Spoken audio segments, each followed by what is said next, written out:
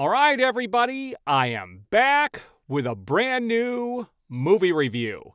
I was actually invited to go see a very early showing of The Running Man, the remake of the classic 80s film starring Arnold Schwarzenegger and written by Stephen King. And this is a retelling of that entire, storyline.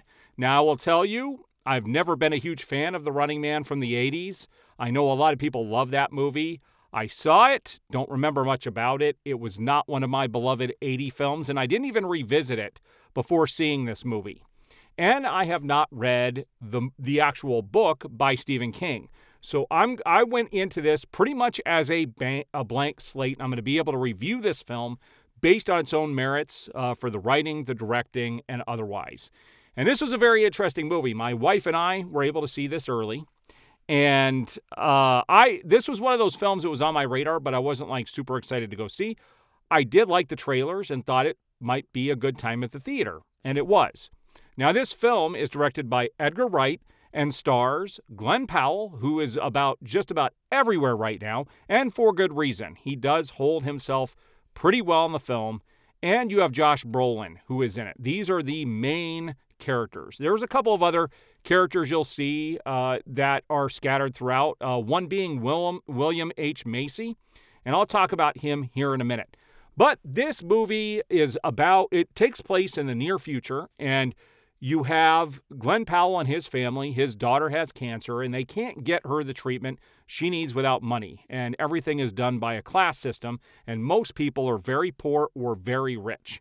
And they were definitely trying to make a political statement with this film, which I think was a complete miss, and we're going to talk about that here in a few minutes.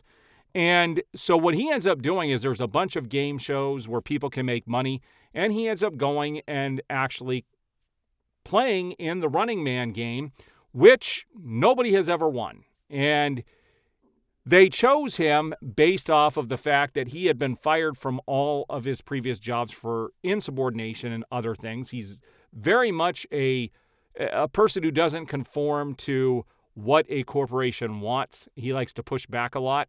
I was the same way back when I was in the corporate world. And big surprise. And this movie was very engaging in its initial stages. I would say the first 2/3 of this film really engaging. The movie moves at a nice pace. Now, I want to talk about the rating real quick and what you need to expect going into this film. This movie is rated R, but there is nothing in the film to really make it rated R other than a few choice words. Outside of that, this movie is totally a PG-13 film. Totally. It has a PG-13 vibe. There's a lot of comedy throughout, and I am going to talk about that as well. And so my wife and I both really enjoyed the first 2/3, the first two portions of the film. But you get into the third act, and I think everything kind of falls apart. It's almost like they didn't know where to go with the story when they got to the third act. Where things start to go off the rails, and you'll remember this, and I'm going to keep this spoiler-free for you guys, but there is a part in the last act where he ends up meeting up with a girl, and they have this conversation about her scarf. And this is where things really start to really go off the rails in the fact that they're definitely trying to tell a class story, but they're not doing it really well. It doesn't really resonate the way I think they thought it did. And her makeup in that scene and the scene prior to that and after that doesn't match up with what's happening in the film. There were some very weird edits from that point until the end. And throughout the film, you find out how really corrupt the system is against these individuals playing these games. And you're teased with an ending from the very beginning through the character that Powell plays.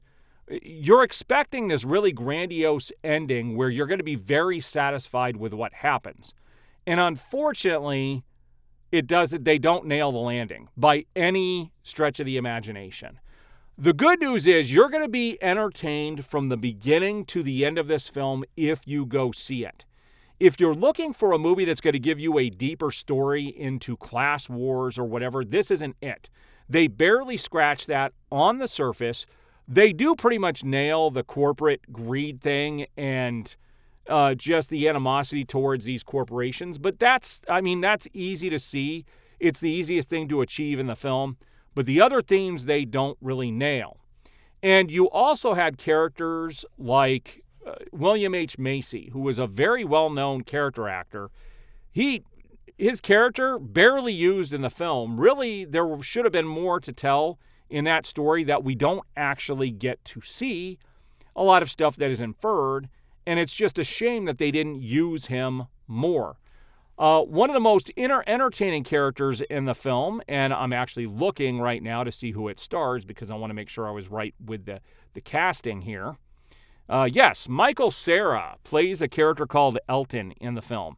One of the most entertaining parts of the film, with plenty of laughs and some very interesting backstory there as well. Stuff that is truly going to make you laugh. But do you really want to go into a Stephen King story and laugh as much as this movie makes you laugh? No. I really wish it would have been taken more seriously. You could see that there's definitely some underlying themes that if they would have taken this movie more seriously, would have resonated with audience even more. I think this particular story, with the way the world is, lends itself to a very deep and a very engaging story that could really, really attract people. But this movie is just all on the surface from the beginning to the end.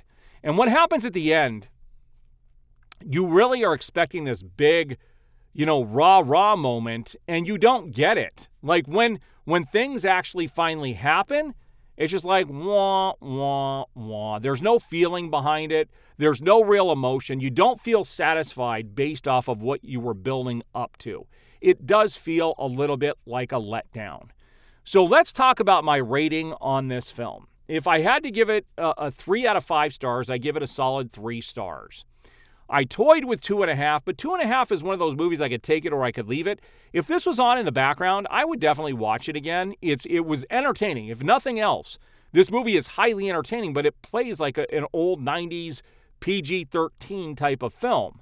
And unfortunately, they did show almost all of the major action scenes during the trailers. Like, that was another thing that was very disappointing. Some of the things that I do remember from the little advertising that they did with this film were already, the big scenes were seen in the trailer. So you didn't get to see anything new or amazing or, something that's really going to grip you above and beyond what they did in the advertising. So that was somewhat of a letdown as well. But it was still entertaining. If nothing else, this movie is going to entertain you. You're going to laugh. You're going to enjoy the characters. Things are a little over the top, not as goofy and silly as what you had in the 80s version, but this definitely had more laughs in it and was more over the top in a few areas. But it's very different vibe from the 80s film, and it definitely, I don't think it would do a Stephen King story justice. So at the end of the day, I do give it 3 out of 5 stars. After you guys have seen it, if any of you have seen it early as well, please chime up below and let me know your thoughts.